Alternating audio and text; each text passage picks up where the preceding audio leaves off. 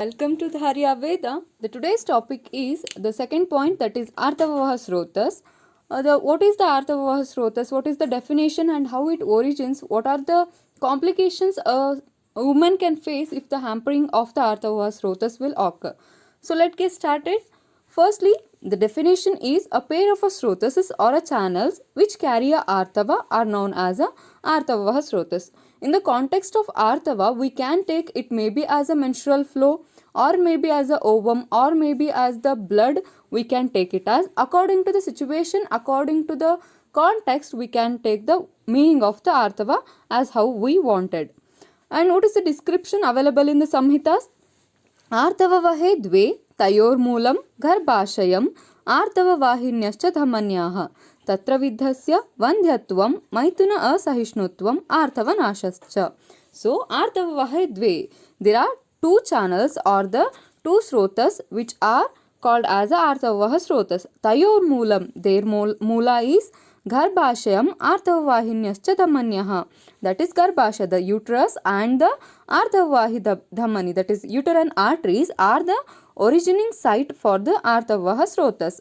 Tatra vidyasya, if anything hampered, it may be of vitiated by dosha, the nija karana, the pathology inside the body, or the external, that is traumatic injuries or abhighata, any kind of a vidya, that is the hampering, causes vandyatvam, that is impotency or infertility, maituna asahishnutvam, that is dyspharonia, nothing but the intolerance for the sexual intercourse, and aartavanashascha, there may be a amenorrhea, there may be absence of a ovulation, that is anovulatory cycle may be there, or any kind of abnormalities related to the menstrual cycle, or there may be a difficulty in conceiving. The pregnancy may or may not be occur, because as the aatavahasrotas is the one which carry a ovum, and which is the main reason for fertilization, implantation, and the maintenance of a pregnancy. If something has happened to that srotas, then there will be a lack of every actions will be hampered. Then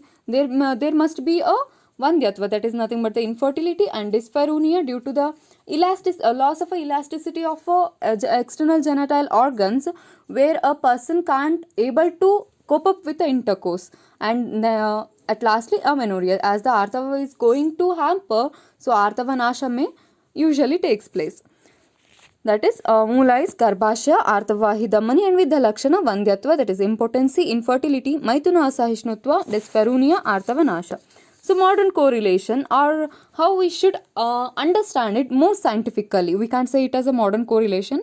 Let us discuss about the vidya lakshana in a more scientific manner. So how can we understand nowadays scenario? So considered, the aatavahasrotas are considered as a Garbhashaya dhamani. The moola is aatavavahi dhamani, nothing but the Garbhashaya dhamani, nothing but the uterine arteries, that is the capillary beds of the uterine arteries. So injury to these causes the deformity in the reproduction system, as the uterine artery supplies the blood and nourishes the uterus, the endometrial, myometrium, and the perimetrium, and whole fundus or any part, the complete reproduction system depends on the uterine arteries, where the blood supply, nutrient supply will occur. So anything injury occurs to this uterine arteries, nothing but the aartavahi dhamani, there must be a deformity in the reproductive system. And what it causes as the deformity, first one is vandyatva, nothing but the infertility, as the endometrium is hampering, or ovum is hampering, or the ovaries are hampering. So there may be an anovulation may be there, or cystic formation may be there, or endometriosis may be there, or there may be absence of a consistent and the thickened endometrium may also be there. So there will be a difficulty in conceiving by obstruction of a implantation, or fail of a fertilization, or maybe there is no egg for a fertilization by the sperm. Next one is the maituna asahishnutva, that is dyspharonia, the intolerance towards the sexual intercourse. Because due to the psychological upset in amenorrhea, as we say that aartavanasha is the one of the sign and symptom in the aartavahasrotas with the lakshana. So when the woman is not menstruating, she will usually undergo the depression, and so there will be a lot of mood swings and the psychological depression she undergo, and that is the one reason. And any other inflammation caused due to the injuries, there is an intolerance of sexual intercourse. Likewise, if it is a vitiated doshic origin of srotodushti, so then what happens? There will be amenorrhea. The woman will undergo the woman will undergo the psychological depression. Keep it one aside, and there will be a hamper of aatavahasrotas, nothing but the channels which carry a blood and nutrient to the whole reproductive system. So there will be a hampering, there will be a lack of nutrition, lack of blood supply to the whole external genitalia, internal genitalia, and the reproductive system. So there will be a loss of elasticity and the vaginal atrophy may takes place. So at that time, a person can't able to tolerate the pressure or the what it produces during the intercourse. So that leads to the maithuna asahishnutva. When it comes to the external traumatic causes, if anything injury occurs, there may be inflammation there, infection may be there, or a burning sensation may be there. At that time, woman can't cope up with the sexual intercourse due to the hampering of her reproductive system. This is the maithuna asahishnutva scientific truth. And Aartavanasha, that is amenorrhea, reason is because of the supplying arteries are uterine arteries for endometrium, where the endometrial arteries are nothing but the aatavahasrotas.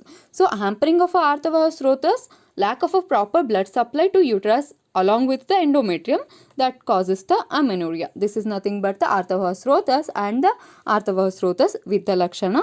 As the nowadays it is a very much difficulties or the complaints what the patients are complaining, the women patients are complaining, and we need to just or how to treat it just by increasing the nourishment of the uterus or nourishment of the endometrial arteries or a uterine capillary bed, like the presently we are prescribing that M2 tone and all.